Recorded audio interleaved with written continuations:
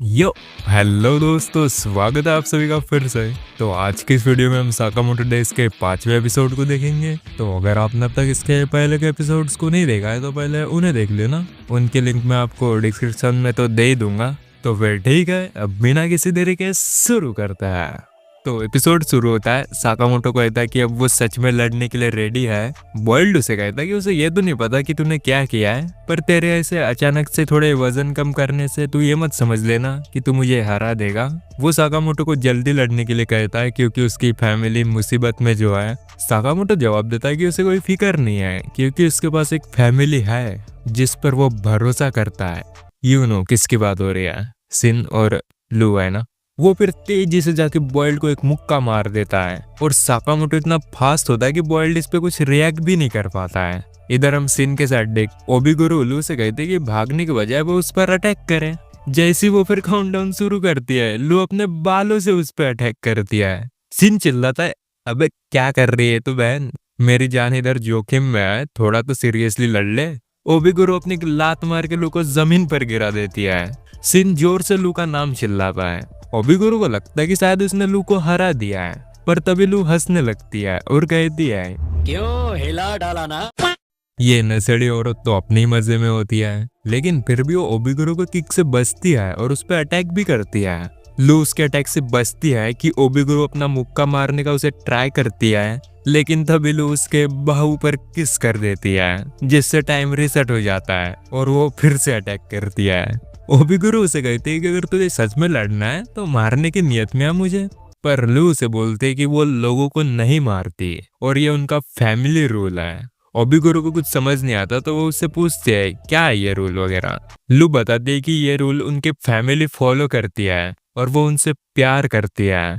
ओबिगुरु उसे चूतिया कहकर बोलते हैं कि तू तो उनके रिश्तेदार भी नहीं है और साकामोटो की फैमिली में बस 3 लोग हैं। लोग गुस्से में कहते कि भले ही उसे कुछ समय हुआ है यहाँ पर आए हुए और वो ओबिगुरु पर चिल्ला दिया है कि तूने मेरे को चूतिया कैसे कहा बे। लू गुस्से में एक जोर का मुक्का मारने जाती है, पर वो बस ओबिगुरु के गाल के पास ही रुक जाती है। वो एकदम से हैरान होती है, हाँ क्या हुआ। उसे इनसे पूछती है कि कहाँ पे है भाई हम। बेसिकली लू का नशा उतर गया है इसलिए वो ऐसा कर रही है। ओबिगुरु कहते कि तेरे में यानी कि लू में बहुत हिम्मत है जो कि उसने ओबिगुरु को यहाँ तक पुश किया। वो फिर लू की तारीफ करती है और कहती कि उसे ताकतवर लोग पसंद है। दूसरी तरफ साकामोटो बॉइल्ड को जोर से किक मारता है जिससे बॉइल्ड को समझ आता है उसके लगने वाले हैं। उसे समझ आ जाता है कि साकामोटो अब भी पहले जितना ही ताकतवर है, लेकिन वो सोचता है कि बंदा रिटायर होने के बाद भी मतलब ऐसा कैसा है। बॉइल्ड अपने बॉम्ब्स बाहर निकालता है और उनको साकामोटो पर फेंकता है, लेकिन साकामोटो उन्हें हवा में पकड़कर एकदम क्रश कर देता है। साकामोटो कहता है कि बॉइल्ड ताकतवर है और एक वक्त पे साकामोटो भी अपनी ताकत का यूज लोगों को चोट पहुंचाने के लिए करता था, लेकिन अब उसने फैसला ले लिया है कि वो इस पावर का यूज अपने सिर्फ प्यारे लोगों की रक्षा करने के लिए करेगा और यही उसकी असली ताकत है। खैर ये दोनों फाइट करते करते एक झूले से टकराते हैं। बॉइल्ड उसे कहता है कि साकामोटो सही है और वो सच में एक सख्त लौंडा है। अब इधर हम आओ की तरफ देखते हैं जो सिन की तरफ थी। वो नींद से उठकर देखती कि सिन और लू उसके बगल में बेहोश पड़े हैं। जैसे वो दोनों होश में आते हैं, आयु उनसे साकामोटो के बारे में पूछते हैं कि वो कहाँ पे है। दूसरी तरफ साकामोटो और बॉइल्ड झूले से बाहर निकलते हैं। यहाँ की एक स्टाफ मेंबर उनसे पूछती है क्या वो ठीक है। बॉइल्ड उसे कहता है जिस आदमी को चोट लगी हो उससे मत ही पूछो कि चोट कैसे लगी है। पर तभी वो लड़की कहती कि सर वो सब तो ठीक है, लेकिन वो जो आपने झूले की ऐसी तैसी किया है उसकी भरपाई कौन करेगा।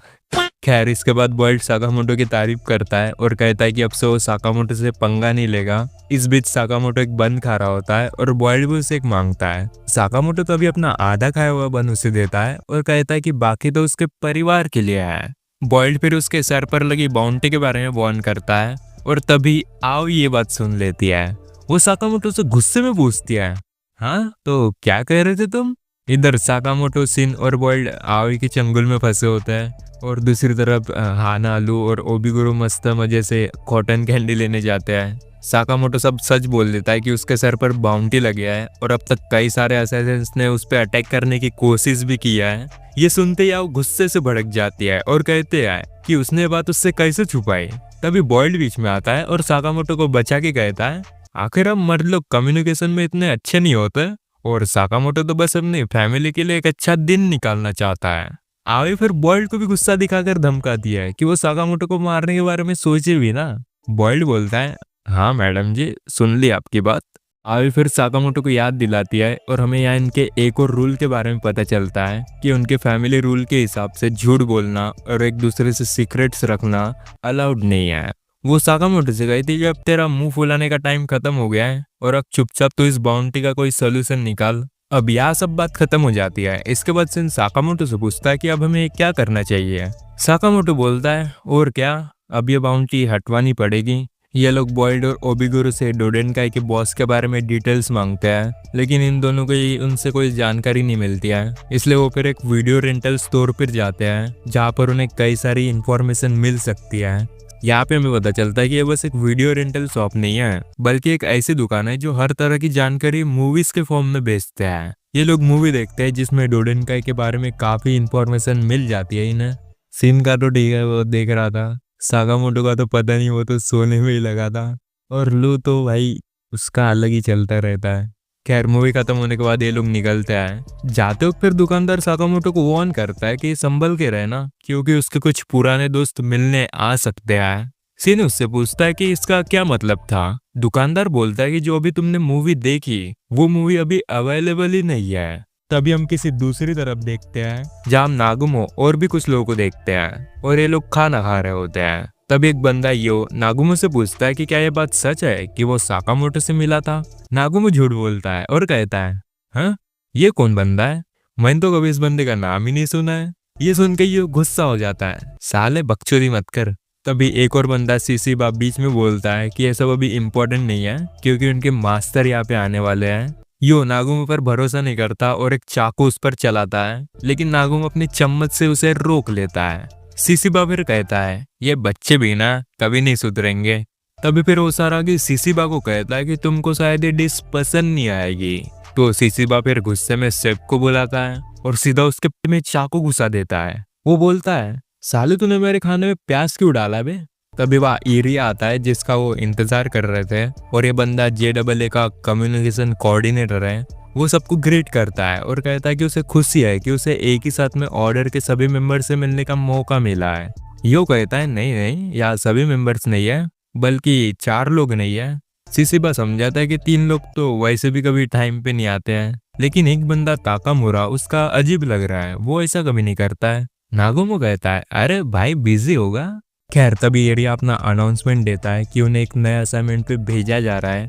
कोई अनजान किलर एक के बाद एक उनके असैसिन्स को मार रहा है और अब तक 30 से ज्यादा इंसिडेंट्स हो चुके हैं और JAA को इससे लगभग 16 करोड़ का नुकसान हो चुका है। वो फिर सीरियस होकर कहता है कि ऑर्डर के नाम पे हमें इस मैटर को तुरंत हैंडल करना होगा।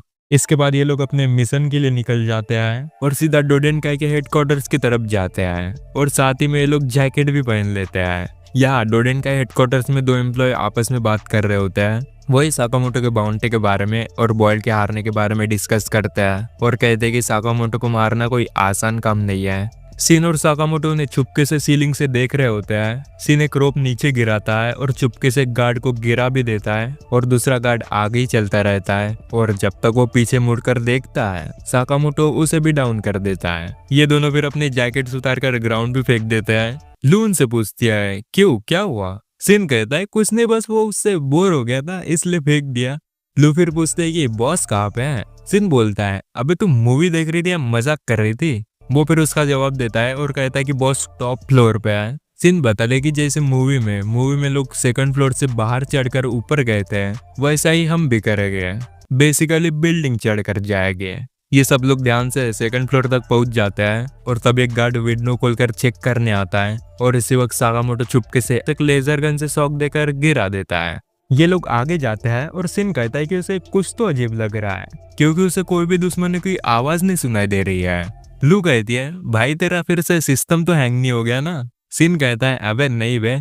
खैर वो रूम के सामने तक पहुंच जाते हैं और जैसे ही दरवाजा खोलते हैं तो उन्हें और कोई नहीं बल्कि नागुमो दिखता है, जो चेयर पर बैठा होता है और उसके आसपास जमीन पर कई सारे लाशें पड़ी होती है। नागुमो उन्हें ग्रीट करता है और कहता है, अच्छा साकामोटो, तो तुम यहाँ पे आए हो।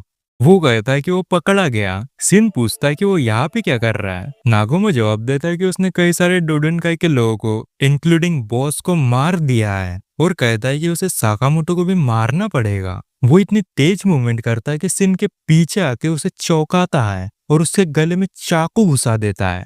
लेकिन फिर वो कहता है कि वो तो बस मजाक कर रहा था और एक नकली चाकू दिखाता है और सबको बेवकूफ बना देता है, सिर्फ साकामोटो को छोड़ के। साकामोटो उससे पूछता है कि वो यहाँ पे क्या कर रहा है। नागुमो जवाब देता है कि उसका डोडेनकाई के साथ कुछ काम था, लेकिन जब वो यहाँ पे पहुंचा तब तक सब मर चुके थे। साकामोटो पूछता है कि आखिर ये कौन सा काम था। नागुमो कहता है ये एक इन्वेस्टिगेशन थी, एक अननोन किलर है जो कि कई सारे असैसिन्स को मार रहा है। सिन पूछता है कि असैसिन्स को मारना इतना क्या अजीब है, ये तो नॉर्मल चीज है। नागुमो कहता है कि बात सिर्फ इतनी नहीं है, JEE के सिर्फ कुछ समय में 100 से ज्यादा असैसिन्स मारे गए हैं, जिसका मतलब है कि ये कोई मामूली बात नहीं है। सिन यकीन नहीं कर पाता और कहता है कि 100 से ज्यादा लोग। नागुमो कहता है कि ये किलर अपने क्राइम सीन पर एक एक्स छोड़ता है तेरी यादों में, और लोग इसे एक्स अक्का स्लर कह रहे हैं। साकामोटो पूछता है क्या ऑर्डर भी इस केस को हैंडल कर रहा है। लू कहती है कि उसने तात्सुको ऑर्डर के बारे में कुछ बोलते सुना था और वो पूछती है कि ये लोग कौन है। नागुमो जवाब देता है कि ऑर्डर एक स्पेशल फोर्स है जो एसोसिएशन के अंदर काम करती है। ये असैसिन वर्ल्ड की बाप लेवल की टीम है जिसका काम इंडस्ट्री के अंदर होने वाली टेंशन्स को कंट्रोल करना है। जब भी एसोसिएशन को लगता है कि ये सिचुएशन प्रॉब्लमेटिक हो गई है तब ऑर्डर के बंदे काम आते हैं। फिर वो उन्हें ये भी बता दी कि साकामोटो खुद एक ऑर्डर का बंदा था। लू और सिन सुन के शॉक हो जाते हैं। नागुमो साकामोटो को वार्न करता है कि उसे एक्स से बच के रहना चाहिए। सिन कहता है हम तो असैसिन्स भी नहीं है तो हमें क्यों किलर से डरना चाहिए। लू भी सिन का साथ देती है और कहती कि वो ऑलरेडी इस बाउंटी से परेशान है और अब ये फालतू का सिर दर्द आ गया। नागुमो तब बताता है कि ये किलिंग्स तब से स्टार्ट हुई है जब से साकामोटो के सर पर बाउंटी लगी है। इसके बाद हम एक मिस्टीरियस से आदमी को देखते हैं जो एक बुक पढ़ रहा होता है और उसके आसपास लाशों का ढेर पड़ा होता है और वो दीवार पर एक बड़ा सा एक्स ड्रॉ करता है। साकामोटो और बाकी लोग दुकान वापस आ जाते हैं और इतने में एक और असैसिन साकामोटो पर अटैक करने आता है। सिन इरिटेट होता है और कहता है कि और कितना यार, अभी ये एक और आ गया। लू हाना की मदद कर दिया है रजिस्टर का एक बटन दबाने में जिससे ऊपर से बहुत सारी गन्स गिरती है और असैसिन उसके नीचे दब जाता है। आओई कहती कि क्या सरदर्द है ये, लेकिन जो भी है इससे दुकान का प्रॉफिट तो बहुत हो रहा है, बैंडेड्स वगैरह बहुत बिक रहा है। और तभी हम बाहर देखते हैं जहाँ हाना एक इंजर्ड बंदे को बैंडेज देती है जो कि वही उसी के स्टोर में आया होता है। साकामोटो को नागुमो की बात याद आती है जिसमें उसने कहा था कि अगर साकामोटो को बॉइल्ड जैसे लोगों से लड़ने में दिक्कत हो रही है तो फिर तो आगे उसके लिए बहुत मुश्किल जाने वाली है। साकामोटो डिसाइड करता है कि जब तक उन्हें पता नहीं कि उनका एनिमी कौन है तब तक उनका बेस्ट ऑप्शन ये रहेगा कि वो इतने में ताकतवर बन जाए ताकि वो आने वाली और भी किसी खतरनाक सिचुएशन को हैंडल कर पाए। साकामोटो हाना को स्कूल छोड़ने के लिए साइकिल से जाता है, वही अपनी ट्रेनिंग का पार्ट ही मान लेता है उसे भी। सिन अपनी माइंड रीडिंग स्किल्स को और शार्प करता है कस्टमर की मदद करते हुए। लू को सिन की एक बात आ जाती है जिसमें उसने कहा था कि जब वो ड्रंक होती है तब वो और भी स्ट्रांग होती है तो उसे हमेशा पीते ही रहना चाहिए। वो ट्रेनिंग के लिए पीना स्टार्ट करती है और गलती से कस्टमर को मार भी देती है जो कि एक्चुअली में असैसिन ही निकलता है। तो फिर हाँ बस गाइस ये एपिसोड यही पर खत्म होता है, तो मिलते हैं किसी नए वीडियो पे, तब तक के लिए बाय बाय।